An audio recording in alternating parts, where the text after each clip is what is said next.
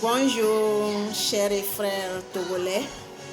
Aujourd'hui, je voulais apporter une petite contribution par un petit message. Je sais que certains vont apprécier. Je voulais vous parler aujourd'hui des fruits. Parce que au pays aujourd'hui, nous achetons les fruits un peu chers. Pourquoi ne pas changer les choses pour que les prix là nous reviennent moins chers? Tout le monde peut porter une petite contribution à ça en faisant quoi? Pour moi, ce que je vais dire, chaque jour tu vas chez le voisin pour lui demander une mangue. Et tu manges, tu jettes le noyau. Tu n'as jamais pensé à planter ce noyau dans ta maison pour voir quoi ça peut donner. Mais on peut contribuer à la construction du pays. La construction d'un pays n'est pas seulement d'aller rester dans les bureaux qu'on a du travail, c'est tout. Non. On peut travailler et aller acheter les choses encore plus chères, avoir son argent, mais on ne fait que le dépenser. Et à quoi ça te revient de manger moins cher et d'avoir un boulot, même si tu es moins payé, tu t'en fous parce que tu vis à tes besoins. Tu parviens au moins à subvenir à tes besoins. Tu vas chez ton ami, il a les bananes, c'est comme ça tu demandes chaque fois et tu n'as jamais pensé à planter le bananier, les orangers, tout ça là, c'est la même chose, vice versa.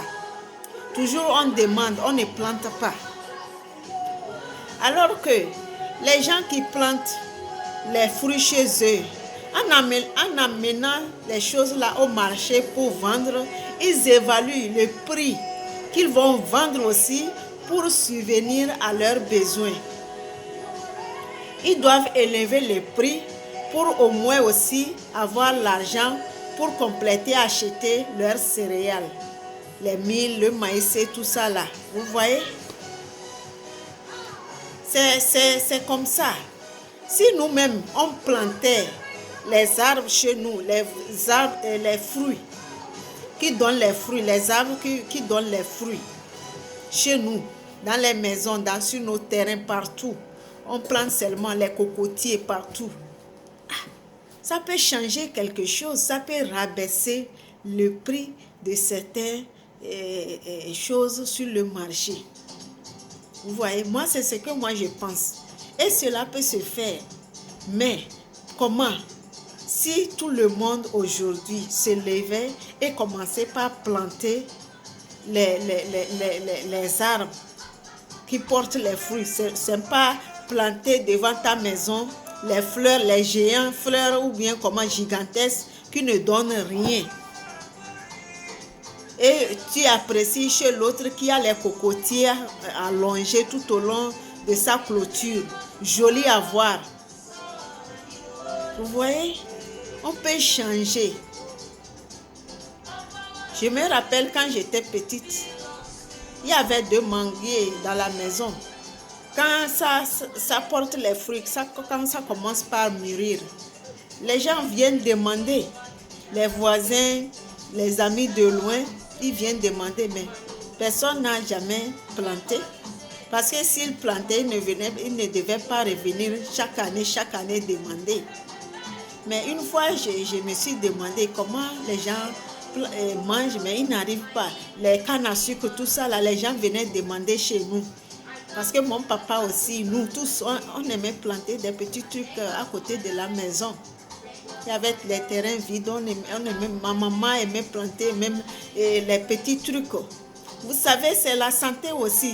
Les fruits, tout ça là, c'est des aliments qui complètent aussi nos repas. Et c'est pour prévenir contre aussi des maladies et des petits trucs. Parce que quand on est bien nourri là, on ne peut pas tomber malade. C'est difficile qu'on tombe malade. Ici même, moi-même, j'ai vu ça. Quand je suis venue aux États-Unis, et j'ai souvent mal à la tête, et les mal aux genoux. Des fois, j'ai mal. Je sens flash. Ils disent que c'est flash pain. Ça vient, les muscles là, ça vient. C'est comme tu as mal, le mal repart en même temps. Donc, j'étais partie me diagnostiquer à l'hôpital. Ils disent que c'est manque de magnésium. Et j'ai cherché qu'est-ce qu'il faut manger pour que je puisse récupérer les vitamines de magnésium là qui me manquaient et j'avais très mal, vertige, tout ça là. Mais si c'est au pays, je devais dire qu'on m'a ensorcelé, ou bien ce sorcier m'attaquait parce que j'avais mal partout. Et j'ai parcouru au moins plusieurs hôpitaux avant de tomber sur un docteur qui m'a diagnostiqué ce mal, que c'est le magnésium. Et quand il m'a prescrit les comprimés, ici c'est des gros. Moi, je n'arrive pas à prendre les comprimés. J'ai commencé, mais j'ai cherché sur l'internet qu'est-ce qu'il faut manger pour compléter mon magnésium. J'ai cherché l'épinard, c'est élevé en magnésium. C'est ça on appelle chez nous boma. Et les bananes, l'avocat, tout ça là. J'ai commencé par les manger. Je mélange seulement, je mange. Et puis je me suis retrouvée. Même avec ce petit incident que j'avais les maux de tête, tout ça là, j'avais l'insomnie aussi la nuit. Vous voyez tout ça là? Hein? Nous-mêmes, on nous prive de certaines choses. Et après, on est malade, on se sent fatigué. Moindre chose, tu fais quelque chose, tout ton corps est fatigué. Parce qu'il y a certains manquants de vitamines dans notre corps. C'est ce qui arrive, les gens au pays tombent seulement malades tout le temps. On dit qu'on l'a envoûté, on l'a fait ceci.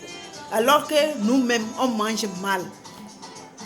Donc, on peut contribuer aussi à relever ce défi-là au Togo. À manger bien. Nous-mêmes, on peut planter les fruits chez nous. Quand les femmes vont amener leurs fruits au marché, ils vont vendre moins cher. Parce qu'il n'y a plus de prenants comme ça. Hein? Et que la femme du maïs aussi, elle va rabaisser son prix. Parce qu'elle ne voit pas aussi les clients comme ça. Tous vont au marché, ils vont vendre moins cher. Tout est évalué. Parce que les gens qui ont les fruits, qui ont les fruits chez eux, quand ils amènent les fruits au marché, ils évaluent aussi les prix.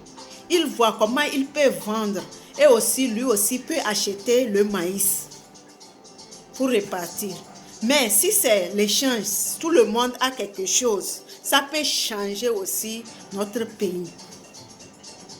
Frères et sœurs, on te donne une poule. Tu cherches à manger en même temps. Tu ne sais même pas si elle porte les œufs ou pas. Non, elle peut pondre. On te donne une chèvre. Tu penses, peut-être la chèvre là, c'est comme elle est, comment on dit, elle porte, elle est grosse, mais tu cherches à manger. Maintenant, tu vois des petits dedans. Tu dis, qu'est-ce que j'ai fait, mais tu pouvais garder. C'est pas ça, tu vas laisser, ça va te tuer parce que tu n'as pas mangé ou tuer ta chèvre, non. Toujours, il faut faire quelque chose. On peut élever chez nous, dans les clôtures, on fait un petit truc là.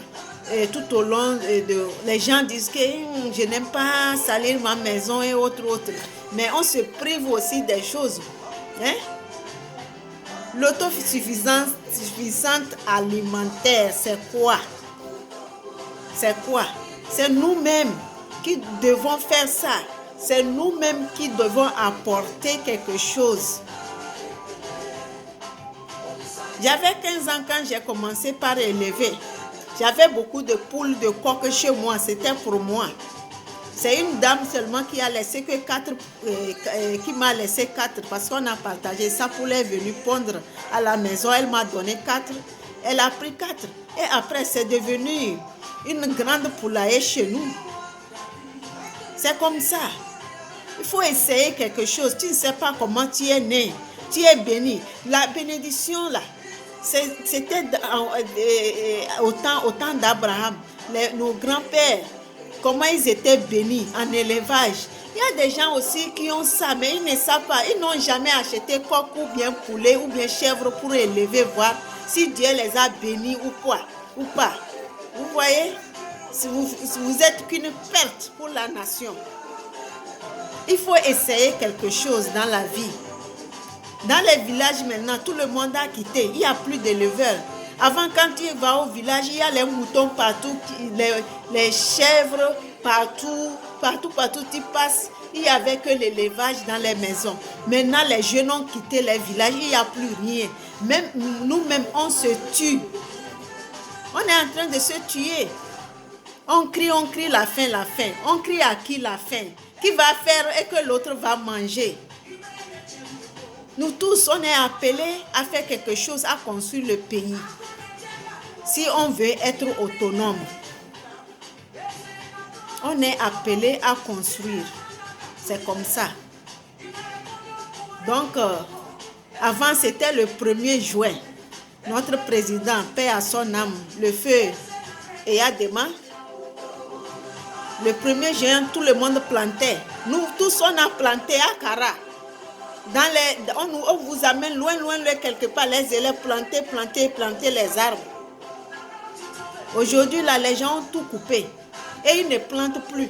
Il n'y a plus ça. Si on amène les élèves, comme avant, on amenait les élèves dans les champs, là, ils vont crier. Mais nous, on a fait ça chaque année. On allait planter des milliers d'arbres dans les forêts. Mais aujourd'hui, vous voyez comment nous-mêmes, on est en train de détruire. On est en train de détruire. On ne veut pas construire, on détruit. Et on crie encore. On crie sur qui? C'est nous-mêmes qui sommes à la base de notre faim. Si rien ne va, c'est nous-mêmes. Si les prix sont élevés, c'est nous-mêmes. On ne peut pas accuser quelqu'un. Personne n'est à la base des prix. C'est nous-mêmes parce qu'il y a pénurie. Quand il y a pénurie, les prix montent. C'est comme ça la vie. Donc, essayons de faire quelque chose. Ok, donc, je n'ai plus rien à dire. Pensez à faire quelque chose, à planter pour profiter à vos fils et à vos petits-fils demain. Rien n'est tard.